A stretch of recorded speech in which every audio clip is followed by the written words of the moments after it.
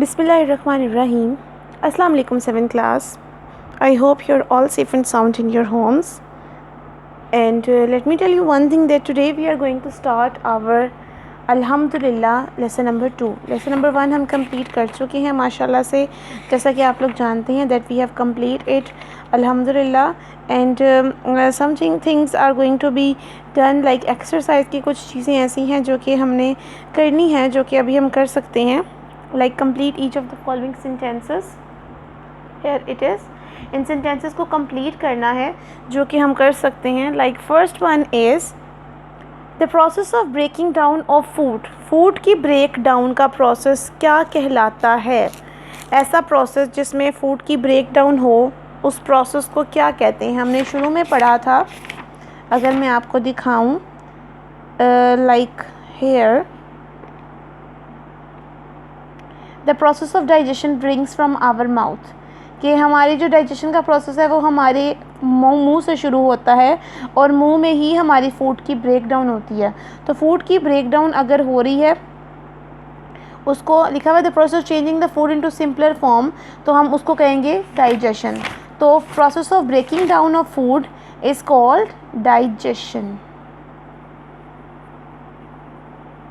DIGESTION, digestion. Next is muscular contractions that move food. Muscular contractions जो कि food को move करती हैं, उनको क्या कहा जाता है? हाँ जी, माउथ पर आ जाते हैं. यहाँ पर ऐसी मस्कुलर कॉन्ट्रैक्शंस होती हैं जो कि फ़ूड को ऊपर लेके जाती हैं और फूड को नीचे लेके जाती हैं. उन कॉन्ट्रैक्शंस को क्या कहते हैं? उसको कहते हैं peristalsis. Like these wave like movements are called peristaltic movements and process is called peristalsis. तो यहाँ पर हम इसको कहेंगे पेरिस्टॉल्सिस.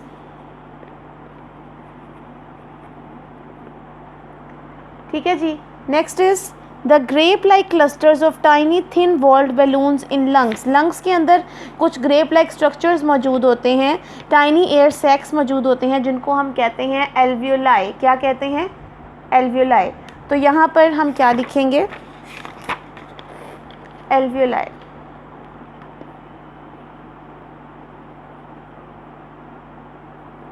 The dome shaped muscles at the bottom of our chest. हमारे चेस्ट के दरमियान में डोम शेप्ड मसल होते हैं, उनको कहते हैं diaphragm.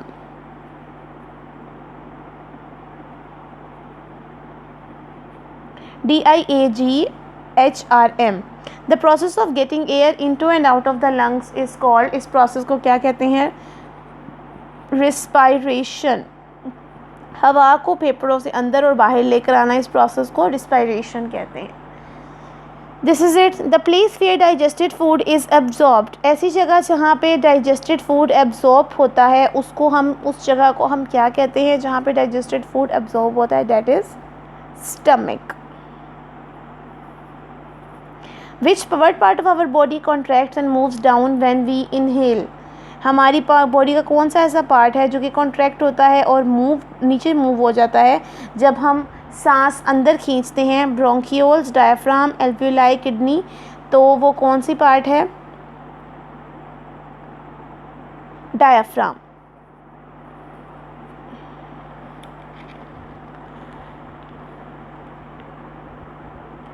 Air is moistured, filtered and warmed in the.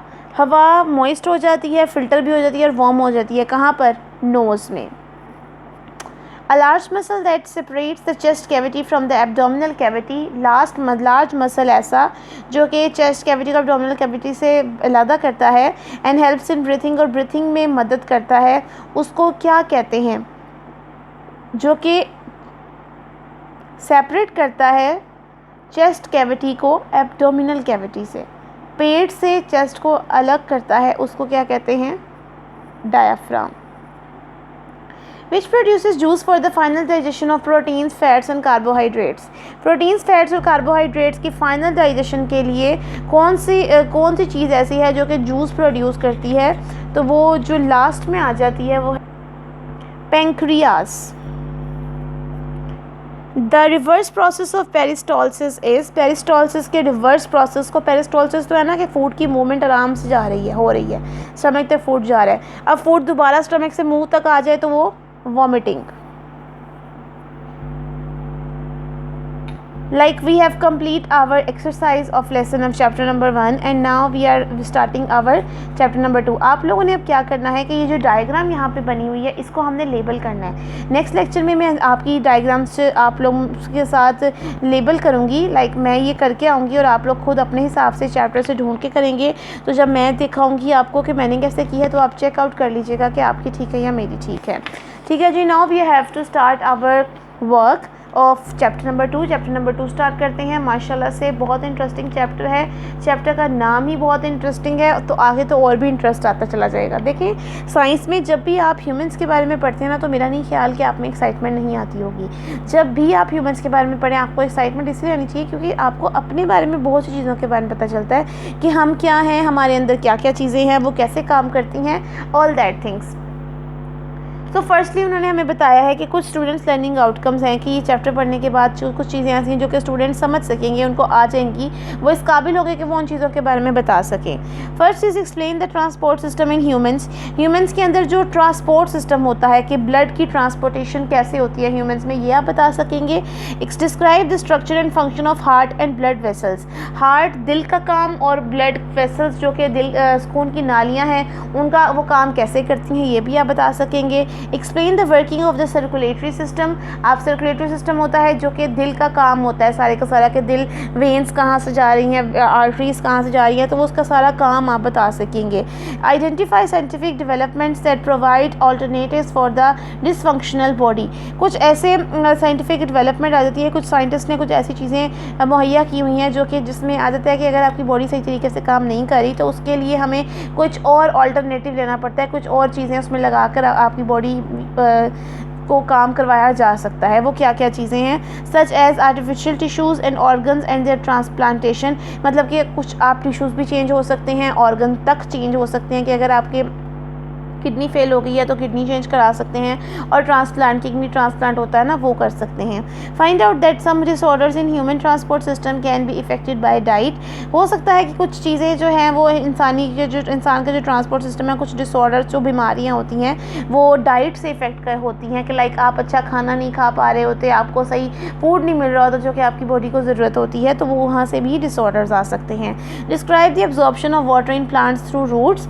अब प्लांट्स की बात आ जाती है कि प्लांट्स में रूट्स के थ्रू पानी किस तरीके से आता है और वो पूरे प्लांट को कैसे मिलता है.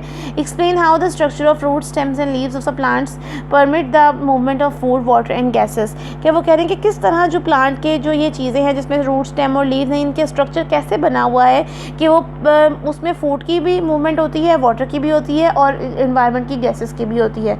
So these are the things that we have learned in this chapter. Okay, now we have start our work. Before starting, here it is a blue line that is here. The highway system of city helps to move food, water and petrol, garbage and other goods. कह रहे हैं कि हमारे शहर का जो highway system है उसमें इन सारी चीज़ों की होती है, प्रोवाइड होती हैं ये सारी चीज़ें.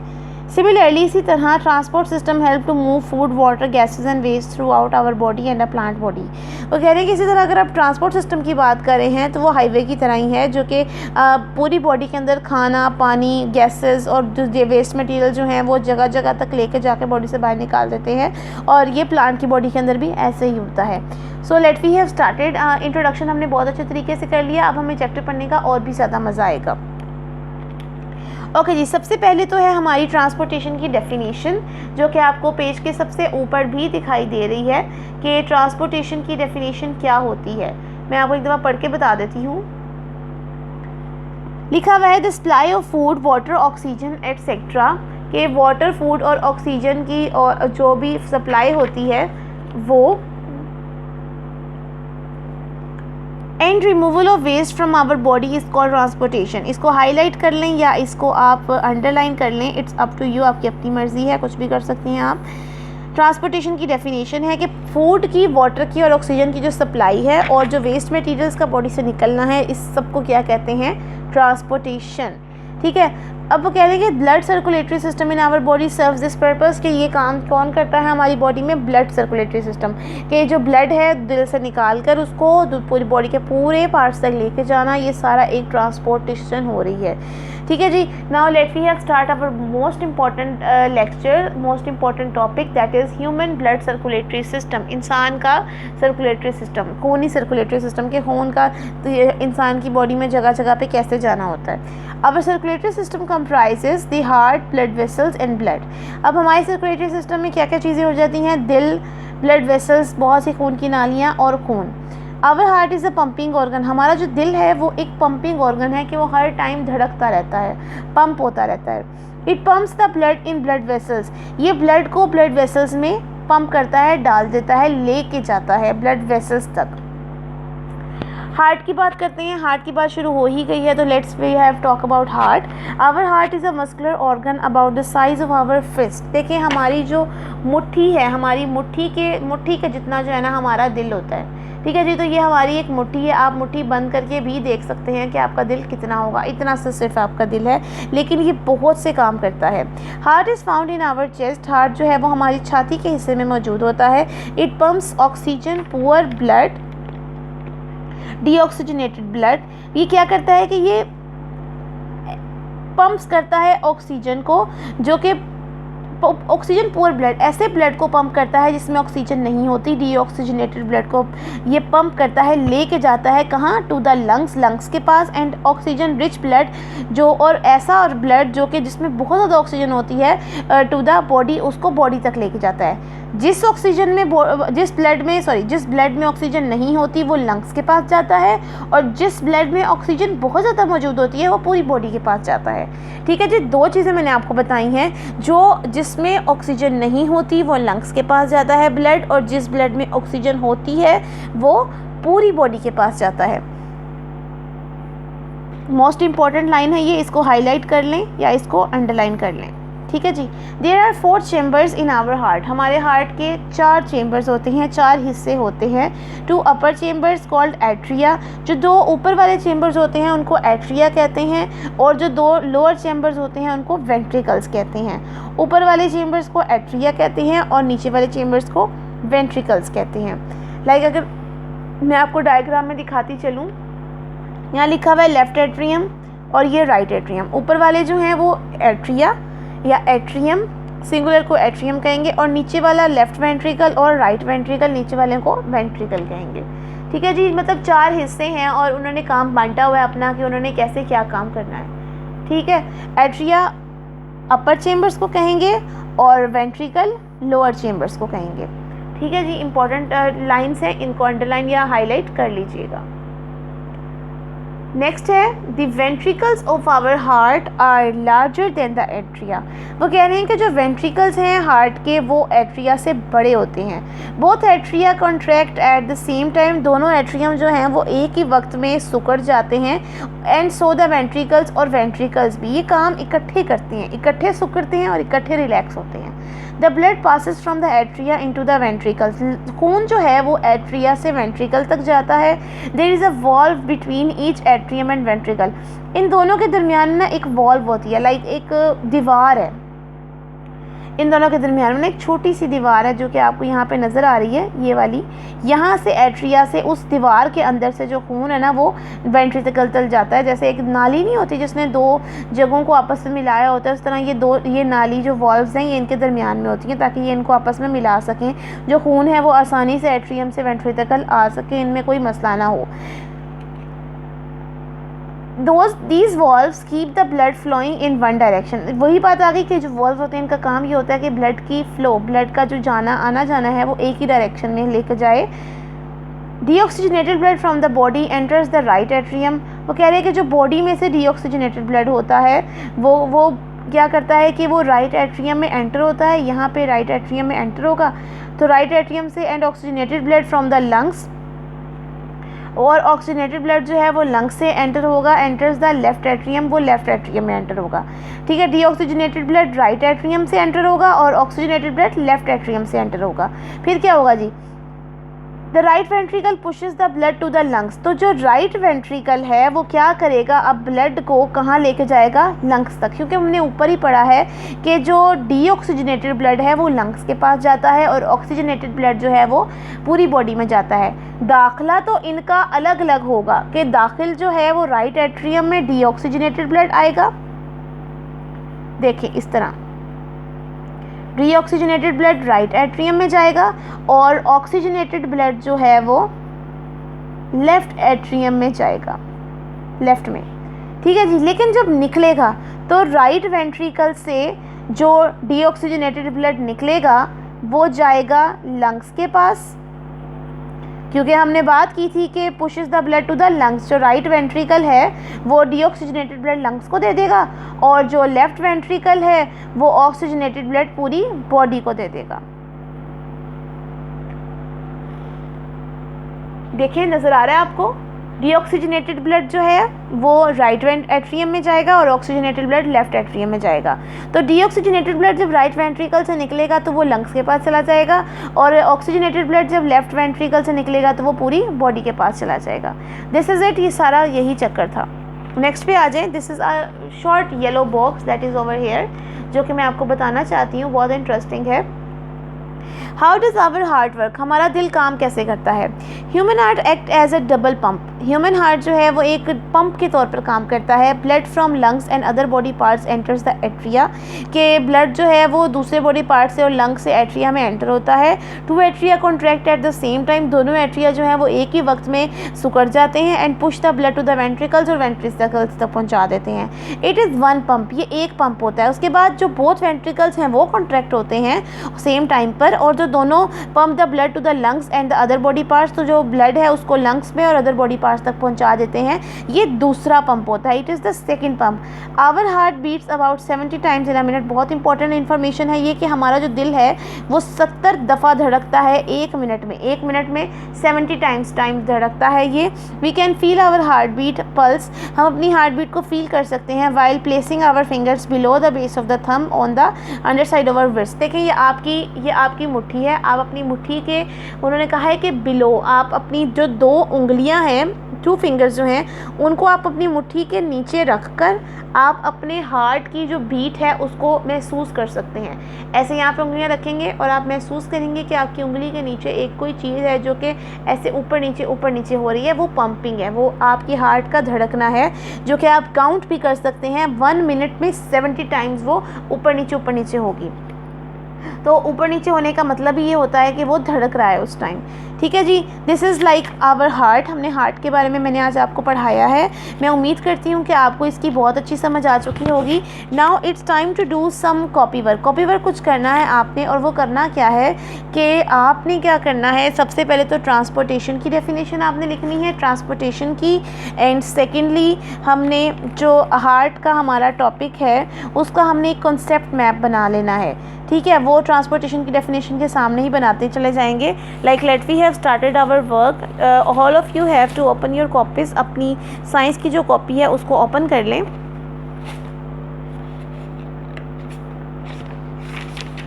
और फर्स्टली आप जैसे जानते हैं कि हम सबसे पहले क्या करते हैं, अपना पेज रेडी करते हैं नेक्स्ट चैप्टर का। हमने सबसे पहले नेक्स्ट चैप्टर का पेज रेडी करना है।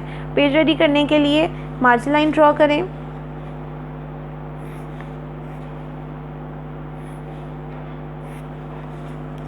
मार्जिन लाइन ड्रॉ हो गई।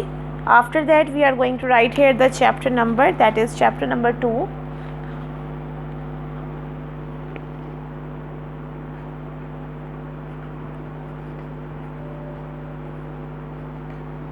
chapter number 2 like this, and the name of the chapter is transport in humans and plants, ठीक है जी। transport in humans and plants, and after that we are going to write here the detail, that is very important thing, and in detail we are going to write here, detail में 3 चीज़ें आ जाती हैं। first one is question answers. Next is diagrams, and next is exercise. Like this is it. We have completed. All of you have to underline the words, all words of page ready जब आप करते हैं तो उसके सारे words के नीचे आपने लाइन ड्रॉ ज़रूर करनी होती है. And make sure you have to draw the double line draw किया करें, because it looks very beautiful in your work. Double line बहुत अच्छी लगती है, सिंगल लाइन तो नज़र भी नहीं आएगी. ठीक है जी, ये काम करके we have to start our first page पे डेट एंड डे लगाएं सबसे पहले. And today is July 8th, 2020.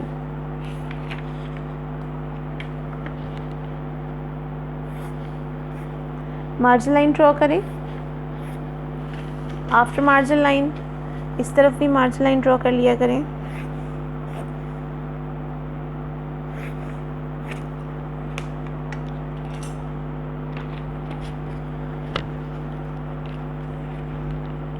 Date and day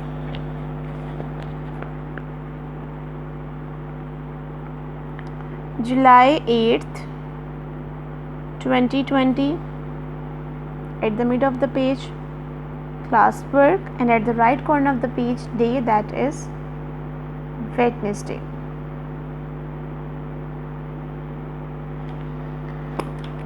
Okay, topic.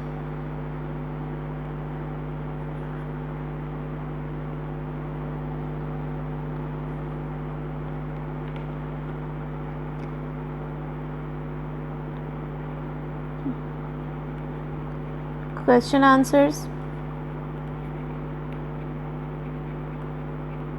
ठीक है जी. Question number 1. Define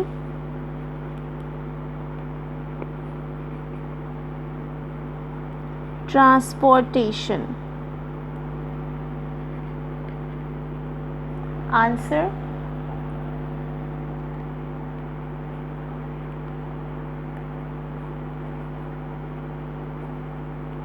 ट्रांसपोर्टेशन जी, यहाँ पे ट्रांसपोर्टेशन की डेफिनेशन आ जाएगी.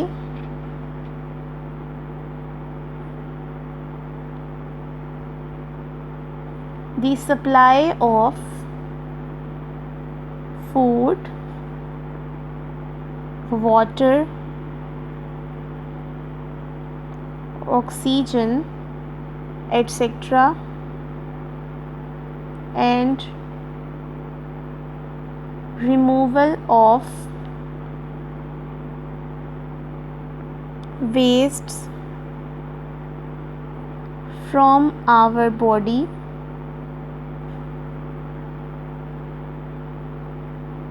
is called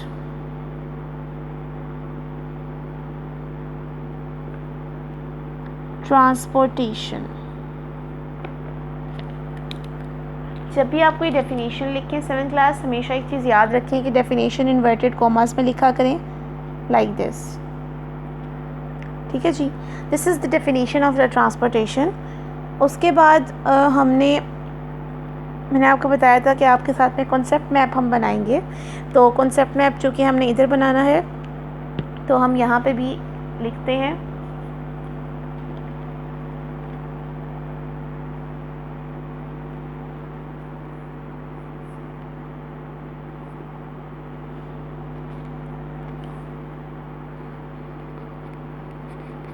concept map of working of heart. Heart की वर्किंग का कॉन्सेप्ट मैप हम बनाते हैं. तो पेंसिल्स पकड़ें अपनी, मेक इट शॉर्प होनी चाहिए.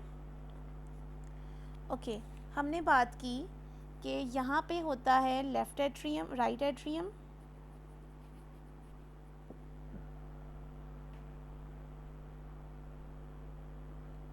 राइट एट्रियम, और इसके सामने बिल्कुल होता है लेफ्ट एट्रियम. ठीक है जी. और राइट एट्रियम के नीचे जो है वो होता है राइट वेंट्रिकल,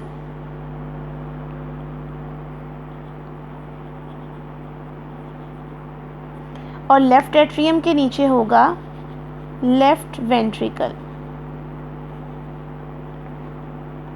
अब होता क्या है, यहाँ से आता है डीऑक्सीजनेटेड ब्लड।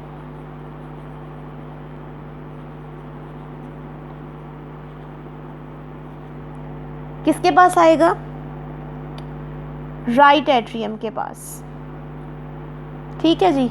और यहाँ पे आएगा ऑक्सीजनेटेड ब्लड,